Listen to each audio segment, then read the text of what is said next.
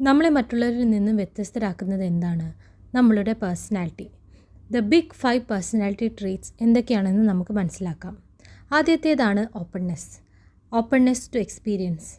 ഇതിന് നമുക്കൊരു imagination or intellect എന്നും നമുക്കിതിനെ വിശേഷിപ്പിക്കാം. നമ്മൾ പുതിയ കാര്യങ്ങൾ ട്രൈ ചെയ്യുവാനും നമ്മൾ സാധാരണയായി ചെയ്യുന്ന കാര്യങ്ങളിൽ നിന്നും വ്യത്യസ്തമായി ചിന്തിക്കുവാനൊക്കെ കഴിവുള്ളവരായിരിക്കും കൂടുതലും ഇങ്ങനത്തെ ട്രെയ്റ്റ്സ് കാണിക്കുന്നത്. അവർക്ക് കൂടുതൽ ക്യൂരിയസ് ആയിരിക്കും. അവരെപ്പോഴും പുതിയ പുതിയ എക്സ്പീരിയൻസസിനെ വെൽക്കം ചെയ്യും. രണ്ടാമത്തെ ട്രെയ്റ്റാണ് കോൺഷ്യൻഷ്യസ്നെസ്. ഇങ്ങനത്തെ പേഴ്സണാലിറ്റി ട്രെയ്റ്റ് ഉള്ളവർ പൊതുവേ അധ്വാനശീലമുള്ളവരായിരിക്കും. അവരവരുടെ റെസ്പോൺസിബിലിറ്റിയൊക്കെ നല്ല രീതിയിൽ കൈകാര്യം ചെയ്യും. വളരെ ഓർഗനൈസ്ഡ് ആയിട്ടും സെൽഫ് റെഗുലേറ്റഡും ആയിട്ടുള്ളവരായിരിക്കും. ഇവരുടെ പാറ്റേൺസൊക്കെ പൊതുവേ പ്രെഡിക്റ്റബിളാണ്. മൂന്നാമത്തെ പേഴ്സണാലിറ്റി ട്രെയ്റ്റാണ് എക്സ്ട്രോവേർഷൻ. ഇതിനെക്കുറിച്ച് എല്ലാവരും കേട്ടിട്ടുണ്ടാവും, എക്സ്ട്രോവേർട്ടുകൾ എന്ന്. ഇങ്ങനത്തെ ആളുകൾ പൊതുവേ ഒരു സോഷ്യൽ സെറ്റിങ്ങിൽ പോകുമ്പോഴാണ് അവർക്ക് കൂടുതൽ എനർജി കിട്ടുന്നത്. ഇങ്ങനത്തെ ആളുകൾക്ക് ആളുകളോട് പെരുമാറുവാനും ഇൻട്രാക്ട് ചെയ്യുവാനൊക്കെ വളരെ ഇഷ്ടമാണ്.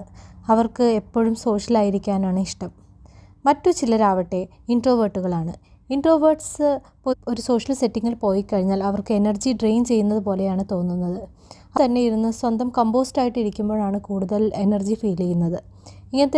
ഇത് രണ്ടും എക്സ്ട്രീമാണ്. എന്നാൽ ഇതിനിടയിൽ ആംബിവേർട്ട് എന്നൊരു വിഭാഗമുണ്ട്. നാലാമത്തെ പേഴ്സണാലിറ്റി ട്രെയ്റ്റാണ് എഗ്രിയബിൾനെസ്.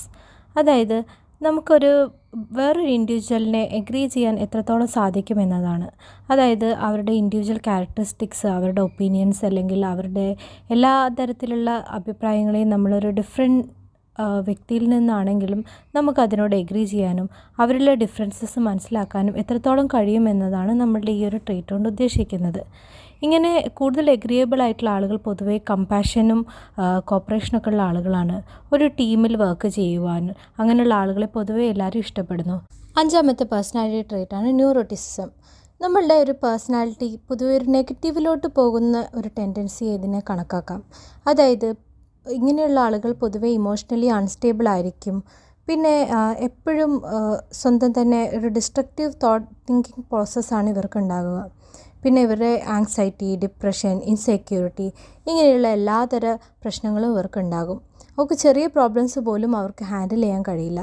ഇങ്ങനെയുള്ള ആളുകൾ പൊതുവേ നെർവസ് ആയിരിക്കും.